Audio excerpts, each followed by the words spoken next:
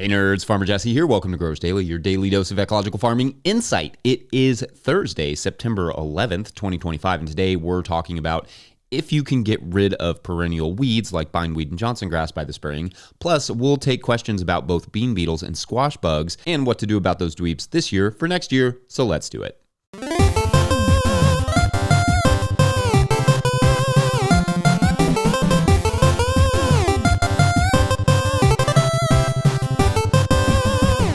All right. Shouts to Bindweed, the wizard, for that awesome theme song that you just heard. You can hear more from Bindweed, Bendivad, at their YouTube channel, which I will link in the show notes. Makes me feel like Growers Daily is actually just like a spinoff of a 90s video game listening to that. Anyway, happy Thursday, everyone. September 11th, no less, a day that obviously many Americans will remember as one of the biggest national events in their lives when the World Trade Center and Pentagon were attacked and another plane went down in Pennsylvania. That day, I was 18 or 19 years old on a job interview in Colorado Springs, driving around the area, shadowing these like other young people trying to sell random stuff to other people. It was a weird gig. But anyway, I remember how surreal that whole period felt and uncertain. And in a way, it's no surprise to me that a lot of folks started farming after 9/11. I don't believe it was quite as big of a back to the land movement as, say, like Y2K or, the 2008 financial crisis or later COVID. But I think anytime a big event like that demonstrates how little is in your hands, that many of us gravitate toward a life with more under our own control. I did not so much. I was, young and mostly just cared about alcoholic drinks being in my hands. But what it did do is it kind of made me realize how important, friends and family and relationships were in my life. After that event, I kind of ditched my brief jaunt to Colorado to come live back near my friends here in Kentucky, where I grew up. I think that event also planted that bug in me of community and resilience. Also, sometimes it's a single event that starts someone on a path towards an entirely new life. Other times, the event is just one part of the process. To me, I think gardening was a seed planted by my mom and those peppers that I talked about before that we grew back when I was a kid. And that 9/11 just, sort of watered it a little bit, broke its dormancy a hair until it germinated several years later. It was one of those kind of seeds, that needed a lot of time and stratification, or maybe I'm more of a cicada. Anyway, you get the idea. But I would be curious to hear from other people if that event or what other events led you down a path towards farming and gardening. I spent some time in New York from 2004 to 2010, and I knew a lot of folks who lived through 9/11, folks who lost people, who witnessed the towers falling. And I think of them often. It really became real to me hearing their stories and being around them and seeing how they talked about that event. So sending our love to all those folks who still hurt from that event. Anyway, in my typical graceful segue fashion, it is Thursday, and on Thursdays, we like to get caught up on Patreon questions, especially now that the September show thread is up and running. Get your questions in over there, Patreon members. Today's first Patreon question comes to us from Carol Denzinger, who writes, quote, "Hey Jesse, any advice on how to handle bean beetles? I got them at the end of the last year and thought I disposed of all leaf litter properly rather than composting. They are back with a vengeance this year. I have a small garden with only about 20 feet of bush beans and 10 feet of pole beans. They don't discriminate. I tried to crush the beetles, larvae, and eggs early on, but have definitely lost the battle. Is there anything I can do to salvage the plants this season? What should I do with plants to help reduce the chance that they don't overwinter? Any other advice on how to keep them from returning next year? Thanks for all your great advice. You have made me a no-till convert," end quote. All right, so thank you, and great question here. And sorry I didn't get to it earlier, but hopefully something I can provide for you now will help you next year. So there are two main types of bean beetles: the Mexican bean beetle that looks like a ladybug that ate way too many carrots, and the bean leaf beetle that looks more like a cucumber beetle that also ate too many carrots. Now, neither of these, of course, really bother with carrots, but they do love beans and other legumes. They both overwinter under debris and in the soil and then hatch out around the same time, but have slightly different growth stages, with the bean leaf beetle larva starting at the roots and then later moving to the leaves, and the Mexican bean beetle larva starting on the leaves and staying there. But the management of either isn't altogether, dissimilar. It starts with rotating your crops away from those areas so the bean beetles are not overwintering, and then popping up with a smorgasbord laid out in front of them, right? A bunch of new bean plants to chew on. Also, after sowing or transplanting the beans, add some sort of insect netting until the beans start to flower and make sure it is secured, because unlike, say, like cabbage moths who have to fly, beetles just kind of mosey on under row cover if they need to. So yeah, make sure it's pretty well secured. Once the beans start to flower, pull the insect netting and crush any eggs you see for the Mexican bean beetle. Delaying your planting a few weeks can also help to reduce the numbers of each, though in warmer climates, the bean leaf beetle can have 2 generations, so that's fun. Just try to land the plantings in between those. Also, fertility. Sometimes folks assume because the legumes make some of their own nitrogen that they don't need any added fertility, but they do, and especially when pests are afoot. Having good compost down to help them get a jump on their growth is huge. You don't need a lot, just a little bit, right? They are going to make some of their own fertility. It does help for them to have access to some available nitrogen in the soil. Now, that will help with their fertility, but it will also help with pest prevention. But once you have them, the pest itself, what then? Well, there are some sprays and treatments you can use, and I would just look at a place like Arbico Organics to get some good ideas depending on, the type of beetle that you're dealing with. You can also, if it's early on, try adding a little top dressing the soil a little bit with some compost, or using some sort of fertigation if you have, irrigation set up that you could fertigate through, meaning add some fish hydrolysate or something like that to the soil to help them just get a little boost. For me, in general, when it comes to this pest and almost every other pest, I prefer rotating the crop, good soil prep with good compost using that insect netting,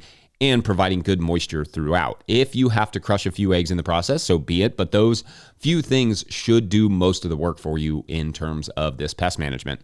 Anyway, I hope something in there was helpful. Otherwise, we're going to take a quick break, and when we come back, Johnson grass and bindweed elimination by next season.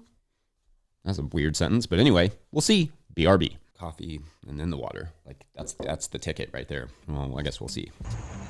25 by 25 foot veggie garden. Circle within a circle. Wood chip paths. The triangle beds on the perimeter. Kind of. Tomatoes growing up. A bunch of other stuff. Too many to name. Have a drink. Farmer Claire Coleman here from the Winter Growers Podcast. Did you know that I also founded Real Farmer Care, a nonprofit that supports farmer well-being?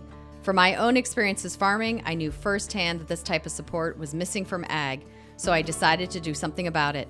As of today, there are over 500 farmer recipients of a $100 self-care award, with more applying daily. If you'd like to help, each $100 donated supports one new farmer. Visit realfarmercare.com to donate and learn more. Again, that's realfarmercare.com. If you, the listener, are enjoying this podcast, getting even a small amount of value from it, consider supporting our work over at patreon.com/no-till-growers. I will try to get to questions from everywhere that questions come in, but I will always get to your Patreon questions. Now, today's second Patreon question comes to us from Patreon member Heather Borner, who writes, quote, "Hi, Jesse. I'm building a new garden in Pittsburgh, PA, Zone 6B. I have bindweed and johnsongrass in an area I would like to cultivate. I have heard I could solarize it with clear plastic sheeting, or that I could lay down a cover crop, or maybe just deep mulch it. The last one seems to be the most expensive. We are headed into fall, so I feel like I missed my chance to solarize in the hottest part of the year. What are your thoughts? How should I prepare the bed in the fall to make it more ready to cultivate next year?" End quote. All right, great question. And, I've never actually been to Pittsburgh, but I've always wanted to go. I have this weird affection for it. My fond relationship to Pittsburgh stems from when I used to take a football card of Steelers quarterback Bubby Brister to Great Clips to get my hair cut when I was probably like 10 years old or something, as an example of what I wanted my hair to look like, which in retrospect was not super ambitious. So that is what I think of when I think of Pittsburgh. But anyway, I always had a fondness for it, even though I've never been. Anyway, yes, bindweed and johnsongrass. Well, the challenge here is that getting rid of it by the spring, either of those, is basically not going to be possible, or at least not entirely. So I responded to this one when it came in, but the clear plastic solarization is not going to be effective on either weed, even in the heat of the summer, unless you left it on there a really long time. Studies show that solarization with clear plastic is more effective on annual weeds and weed seeds than it is on perennials. Moreover, solarization, especially over a long period of time, also runs the risk of harming local microbiology, though it will likely rebound the microbiology after, some work and preferably some compost. A cover crop would not do much in this situation either, I'm afraid. In order to make a cover crop effective against perennials like this, the perennial weed would really need to be greatly inhibited first, and then a cover crop, and then probably more cultivation and removal of the rhizomes over time. It's going to be a process either way. Cover crops are awesome, but as I often remind folks, they are not miracle workers. Mulches can work, and compost mulch seems to do well against Johnson grass in my experience, but the bindweed will still thrive, especially with lower competition. However, the roots may become easier to remove, so that could be helpful. The most effective thing I've seen or heard for bindweed is unfortunately a year-long tarping of that area, and even then, some work will be needed to keep it in check. If you're serious about using this plot long term, you're going to want to get this preparation right. Prep the beds, tarp them as long as you can, and make sure to stay vigilant once you do start production. Mow very well around that tarp too, to prevent the bindweed that's outside of the tarp from using its solar panels, leaves, to charge its roots that are under the tarp. The annoying reality is that bindweed in particular, but also Johnson grass to some extent, are built for the exact situations the crops we want are. They are recovery species and keep the ground well covered. Unfortunately for us, that's the opposite of what we want as growers from our weeds, even if that's exactly what the soil and nature want. All that to say, those weeds like the same soil preparation as our crops, unfortunately. Anyway, let us know, listeners and watchers, what your thoughts are on all of this. Otherwise, it's break time, and when we come back, we will tackle squash bugs because they're not very good at soccer, so you can just kind of take the ball whenever they're very little. I mean, the ball is huge. It's not barely moving. Be right back. Hey, Jesse. It's Brian here at Snowflake Farm. I thought it might be interesting to show you what it looks like when a hornworm has been parasitized by a wasp. Yeah. Today's episode of the Growers Daily is brought to you by Farmhand. Farmhand is the virtual assistant built for farmers, helping CSAs scale sales, run error-free fulfillment, and deliver 5-star service. Whether you're at 100 members or 1,000, Farmhand helps you grow without burning out. You've heard us and our farmers right here on Growers Daily. Explore farmer wins and learn more at farmhand.partners/no-till. That's farmhand.partners/no-till. All right, back to the show. Our third and final Patreon question of the day comes to us from Rancho Rodarte. I think I got that right. Who writes, quote, "Hello, Jesse. We had a booming Cinderella pumpkin / dark green zucchini patch a month ago, and now it is nothing more than a sad heap of drained brown leaves and stems after a massive squash bug invasion. This was our first season growing these crops, and we had no idea this was something we would need to battle without mercy the second they made an appearance.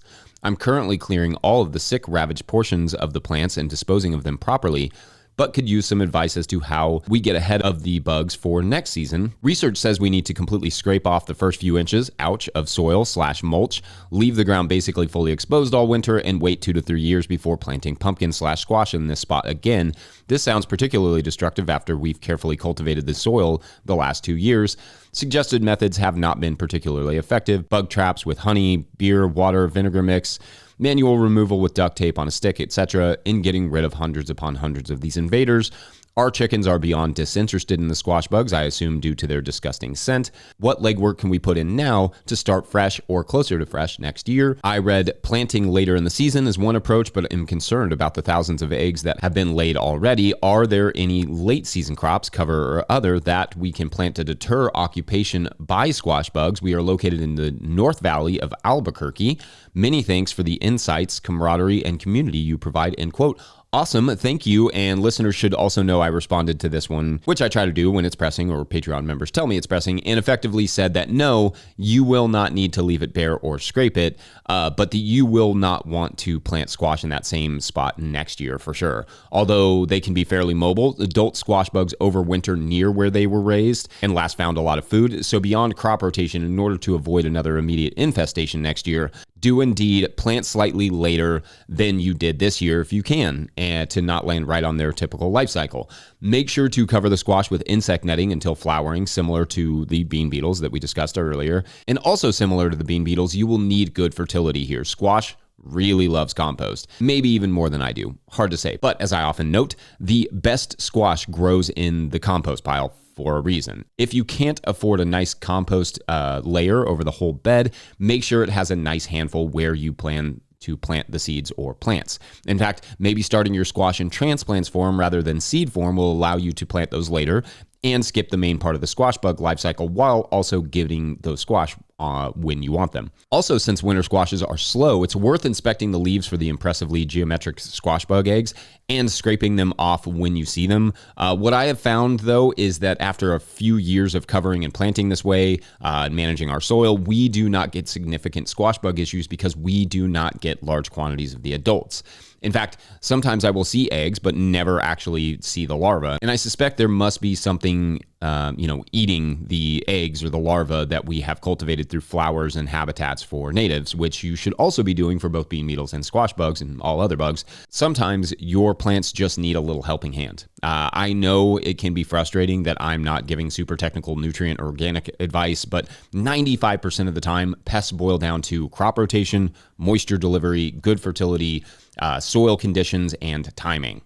Annoyingly, that's pretty much it. Anyway, thank you, as always, for the great questions, Patreon members. Let me know your thoughts, as always, listeners and viewers. I don't have a monopoly on all the good ideas or good advice ever, so don't hesitate to call me out or help me out or offer your own insight. Otherwise, we're going to leave this Thursday in our dust, but before we go, we're going to get a quick word from our friends over at Rimmel Greenhouse Systems.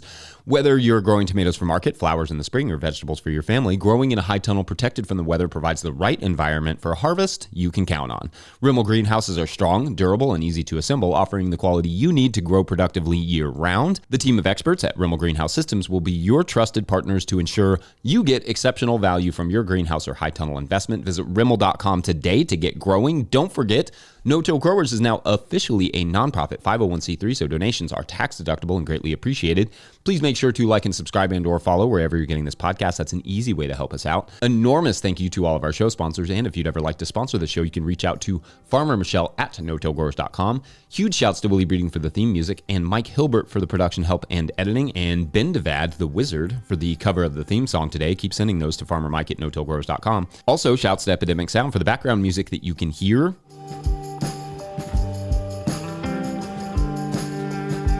That's always my coffee break.